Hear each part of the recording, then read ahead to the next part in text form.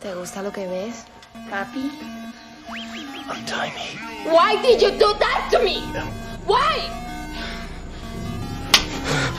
Yesterday, 2 girls knocked on my door saying they needed help. They stood in the rain, my guard dropped, and I let them in to stay dry. I didn't know that moment would drag me into a nightmare. Their phones had been ruined by the rain, so I called a cab for them. But the storm was too heavy, and the driver said it would take an hour to arrive. I tossed their clothes into the dryer. Then, I heard noise coming from the living room. When I walked out, they had turned on my record player and were spinning in circles with my dog. When they saw me, they came closer, holding my hand and gently asking me to dance with them. I froze for a second, but I didn't say no.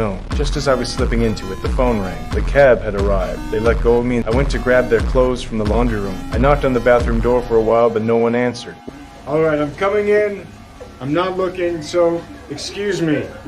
Worried something had happened, I pushed the door open. That was when I became the prey. Outside, the driver gave up waiting and drove off. When I woke up, my body was aching. I thought they were gone, but they were in the kitchen laughing, treating my place like it was theirs, making a mess everywhere. I have a serious need for order. Seeing that scene made my scalp prickle. Then my phone rang. It was a video call from my wife. I forced a smile and answered. She said she'd be home soon, my chest tight. When I hung up, I tried to get them to leave. That was when I saw my favorite piece of art destroyed. I grabbed my phone to call the police. They didn't panic at all. They said they were underage and they had evidence from last night. If the cops came, I could spend 20 years in prison. Their arrogance made my blood boil. I snapped and grabbed one of them by the throat. She agreed to let me drive them home, but at the door, they wouldn't go in. I came back and cleaned the place frantically, trying to erase every trace. I was about to sleep when a sound came from the living room. A picture frame had fallen. The next second, everything went black. When I woke, I was tied to the bed. The blonde stepped out from the shadows, and I understood everything. I begged them to stop, but they had no intention of letting me go. They kept me there all night. When she stepped out, I broke free with everything I had and ran. But in the living room, I found her eating. I lunged at her like an animal, hands on her neck. Before I could squeeze, she struck back.